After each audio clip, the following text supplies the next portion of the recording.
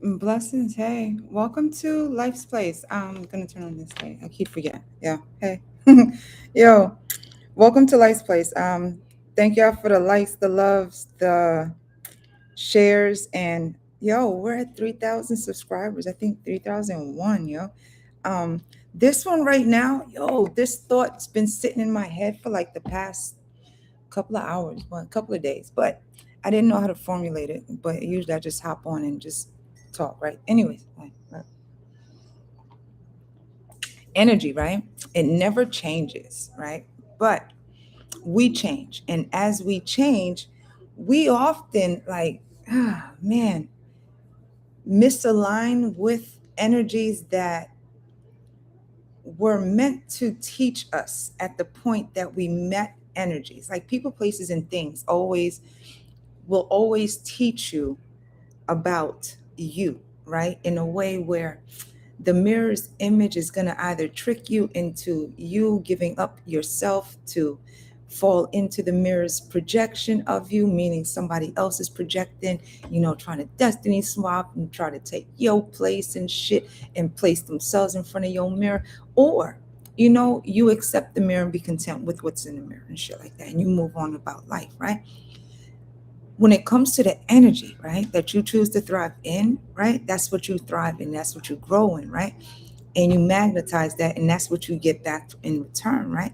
But when it comes to, yo, man, when it comes to energies that seem familiar or similar or have some type of commonality when it comes through the people, places, and things, that's like the bloodline's way, like the lineage's way, the generation's way of in like signaling your merkaba, your body into recollecting memories from past, right? Because our brain is like it got waves in it, right? And within those waves, there's like little indents, right? Where everything captures, like it's like caverns and shit. If you ever looked at the depths of the ocean, it's like caverns and stuff like that. It's like mountains, like a whole earth upside down, right? If you take all the water out, that's what that's what the ocean looks like at the bottom with no water, right? It's like in between those crevices, right? There's all the recollections of past times, past lifetimes. And it's like the people that you meet, right, within the labyrinth maze of earth, right? Where every person, place, and thing is a mirror to you, because every part of us is just like every follicle is an antenna, every hair is antenna. It connects to the universe, like to the stars and all that shit, right? It's the same as like the movies when you go and watch Avatar, when they lay down in the tree of life, she comes up through the tentacles of her, like her roots will connect to the roots of you. So that's what that is, right?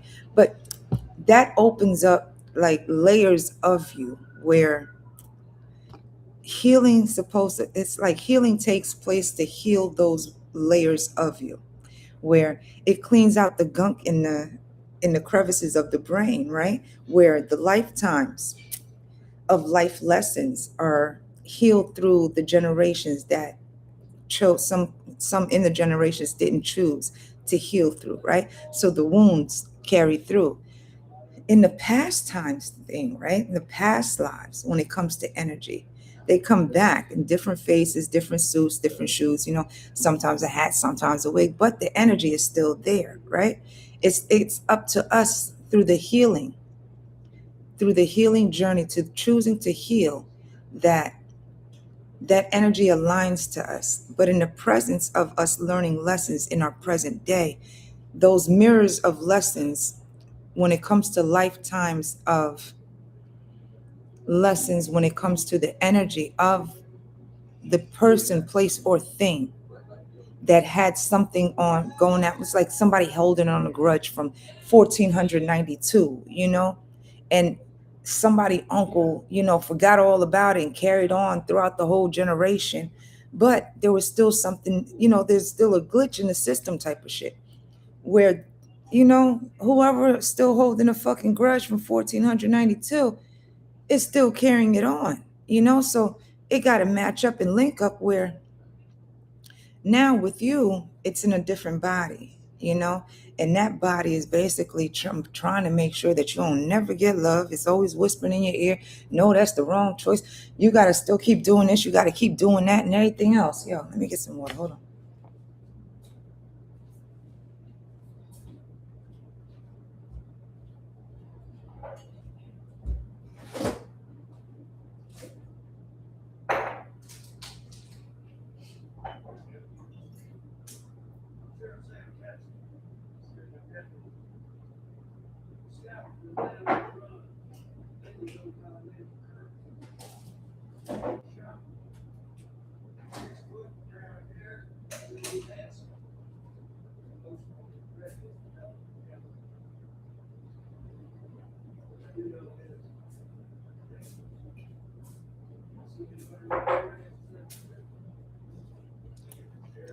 Dang, I forgot where I was at. But it's like different bodies, but the same energy, right?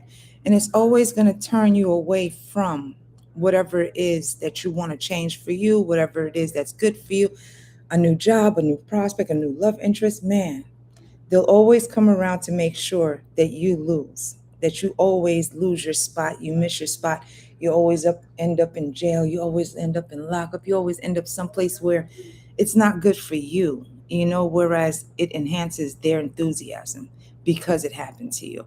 It's just energies, you know, that has to um, seal the wounds of you when it comes to the generational curses of you. But it takes the healing part of you to choose to heal.